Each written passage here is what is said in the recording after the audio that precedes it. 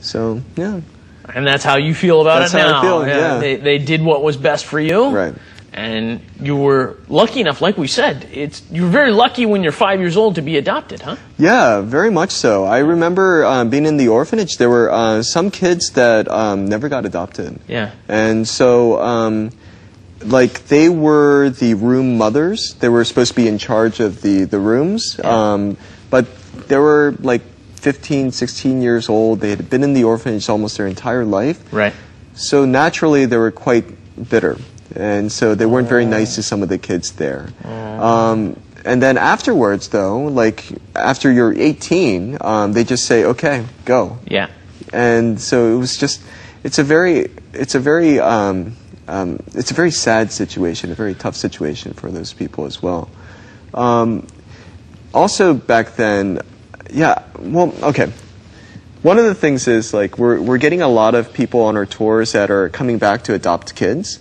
So, really? Yeah. Okay. Yeah. So. What an interesting, for them to run into you and to hear from you. This must be very interesting for both parties. Yeah. Huh? Their first time, they're here in Korea to adopt a kid, to adopt a child, and they want to understand about the culture, right. So they go to you. Well, and you're an adoptee. They don't know that at the time. No, they do. Now they do. Oh, really? Yeah. A lot of people, other people who have adopted children recommend you? Yeah. So, so it's kind of like sometimes the tours become kind of counseling for new parents, I think. Right. But it's a very interesting thing. They come in, they're very optimistic. When I was adopted, I was put on a plane and sent over with some Korean people that worked at the orphanage. Right. Now everyone has to come to Korea to pick up their children and then go back. Oh, yeah. Okay. And so they're over here. They want to learn a little bit about the culture while they're here. Huh? Right. Yeah. And their children's homeland culture. Huh? Exactly.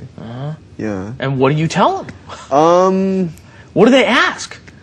Oh, what tips do you have for adopting a Korean kid? Yeah. And a lot of these are lessons that I kind of learned the hard way because I was born in Korea. I lived here for 5 years.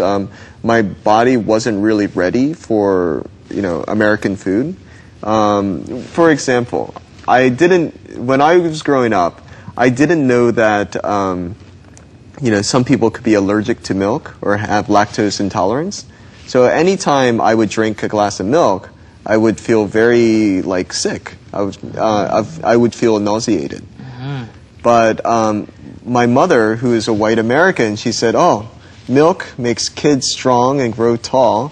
So every morning I would have to drink milk, and then I would feel sick. So.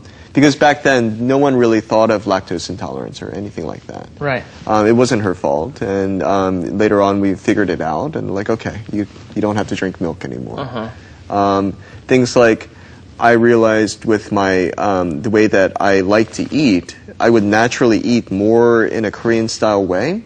So, American meals, you tend to have meat as the main course, and then some sort of vegetable, and some sort of starch. Right. So, like a baked potato or rice or something like that. Pasta. Yeah, or pasta. And naturally, I would always ask for a salad. And so I would always eat salad at a meal.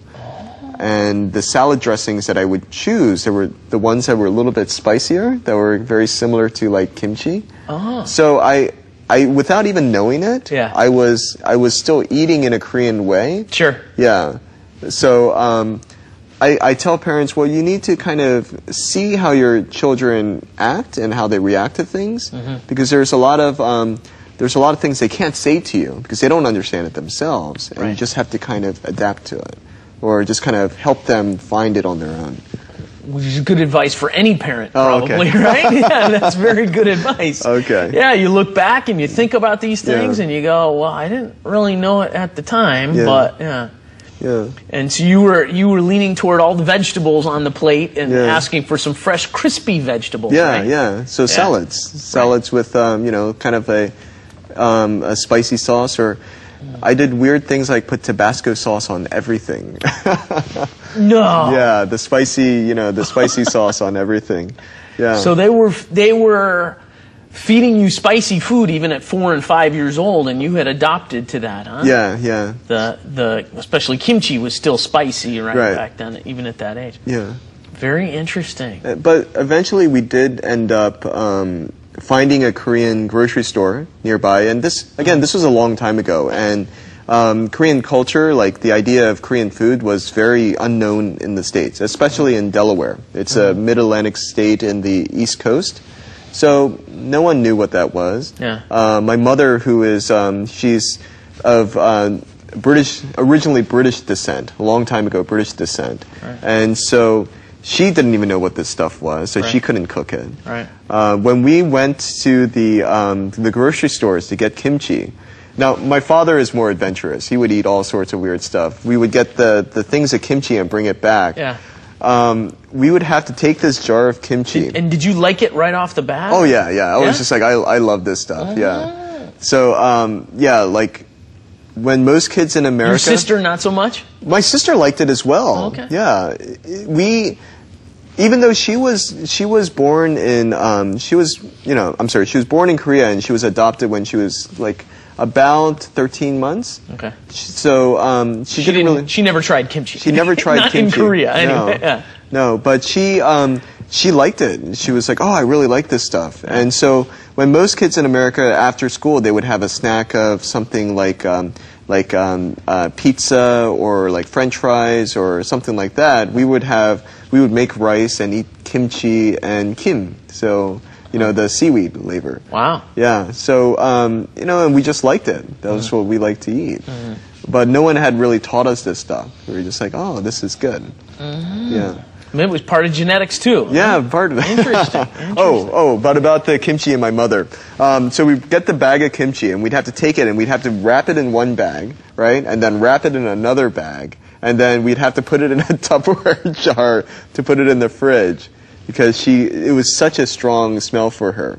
And yeah. It is a strong smell. It is. No matter what you say. I'm sorry, ladies and gentlemen. Kimchi does not smell good when you open the fridge. Right, right. So, but, eventually she was just like, okay. Yeah. Right, they have to have kimchi. So it became a common staple in our house. So how did your parents feel when you decided you wanted to come back and try and find your birth mother? Well, your birth parents. I think they reacted the same way that almost every single person does when their kid says, we want to go live in another country, especially North Korea. I'm sorry, not North Korea, South Korea. Yeah, the first thing they say is, aren't you worried about North Korea? Aren't you worried about the war? Aren't you worried about stuff? And they were like, no, you